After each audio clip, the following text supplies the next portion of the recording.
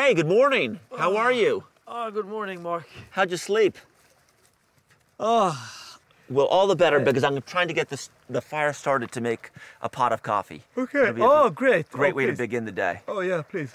What's on today's schedule then? We have an exciting day. We're going to do a Yeah. couple things. We're going to see Keith Larson, Okay. who's an expert in terms of the impact of climate change, Okay. who's a project manager focusing on climate impact here in the Arctic region of Sweden. Keith, can you tell us a little bit more about what you're working on? Yeah, our research program, the Climate Impacts Research Center, is embedded in the ANS research station. So this is a fantastic place to do research with like a 100-year history of people doing research on many things. And our focus is bringing together a group of top researchers from around the world at the Umeå University to do climate impact studies. Fantastic. My God, this is a nice view here. It's a fantastic Great view. view. Are you up here a lot? Up here?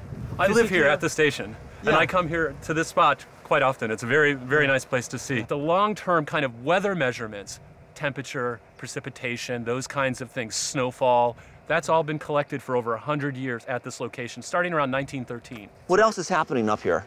Well, remember that there's kind of, you know, we talk about climate, but climate is basically a long-term record of weather. Between the morning and the evening, we can often see quite a big difference in the temperature, right? Yeah. That's the day-to-day, that's the temporal, the time change that goes with that.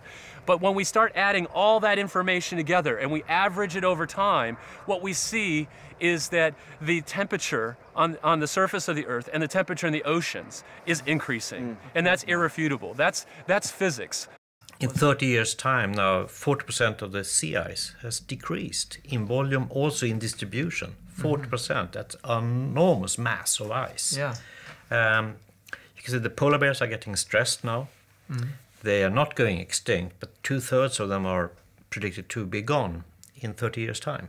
And that's so important because the Arctic is such a bellwether for the temperature context for the rest of the world. That's right. And tell us what we've learned in the course of that last 100 years. Right now, we should be entering a phase where it might even be cooling.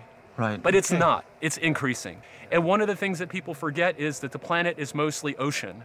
Yeah. And the ocean is taking up most of the heat. Right. And the ocean is what anchors the glaciers in Greenland and Antarctica. Those big glaciers come down into the ocean. They don't just float on top, they anchor on the sea floor. Okay. And when those anchors melt away gradually over time, what's going to happen? There's nothing that's going to hold that dam of ice back. That's what we're concerned about. And what happens then? Well, Then these ice sheets can basically just start flowing in, yeah. the ocean's warm, that ice melts, and the sea level rises. Why aren't we doing more about it? We have to stop thinking about ourselves and think more collectively about us as a society. What's this, Keith?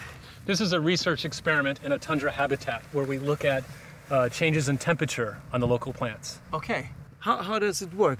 Basically, you have a clear glass chamber that's open on the top, and that captures more of the sunlight's energy and makes it warmer. So we have an area where you don't have an experiment, so that's a control, and then you have an area where you have the chamber, and you can see the difference in the response to an increasing temperature.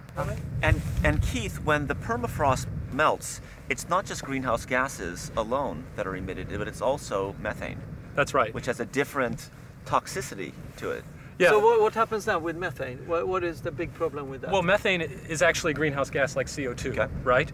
But the problem is that it's 30 times more potent, meaning that it captures more energy into our biosphere than CO2. How big is the area where the tundra is, where you have this permafrost, which can, if it melts and the gas comes up, is it big areas we're talking about? We're talking about all of northern Russia, Siberia, Canada, Alaska, you know, the tips of Sweden and Norway. So it's we're like talking a ticking bomb there. Exactly. The other thing that's difficult is we can imagine maybe making a car more efficient or making a factory more clean. Of course, yeah. Right. Or using alternative energies, right? Yeah.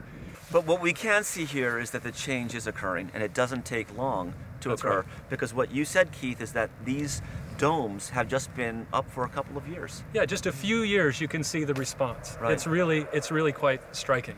Yeah. when the tundra starts melting. And the tundra, you can think is 50% ice, 50% earth, 50% ice, 50% earth. If the ice breaks, it's like you're having a house and all the iron casting disappears. You're going to fall down. And that's what's happening in parts of Russia now. The earth collapses Yeah, just collapses. like this. So it could be areas 20 meters deep and 1 square kilometer just collapses. Bang! And it goes quick. And in this is lots of methane. That's a greenhouse gas, Right. which is 20 to 30 times more aggressive than CO2. What's your main advice to somebody sitting at home, you know, and feeling that I have to do something myself? What's your main advice in their daily living? Most people don't realize is that probably about 80% of the work that we could do to make an impact is basically through conservation measures, right? Yeah. So we don't have to go back to some Paleolithic lifestyle. Right. You know, we can still have our iPhones. Yeah. We can still drive cars. We just need to do all these things smarter. In Europe alone, we throw away more food in terms of greenhouse gas production than we do at driving in Europe, Okay. right? Amazing. So every time we go to a restaurant and the portions get bigger, right?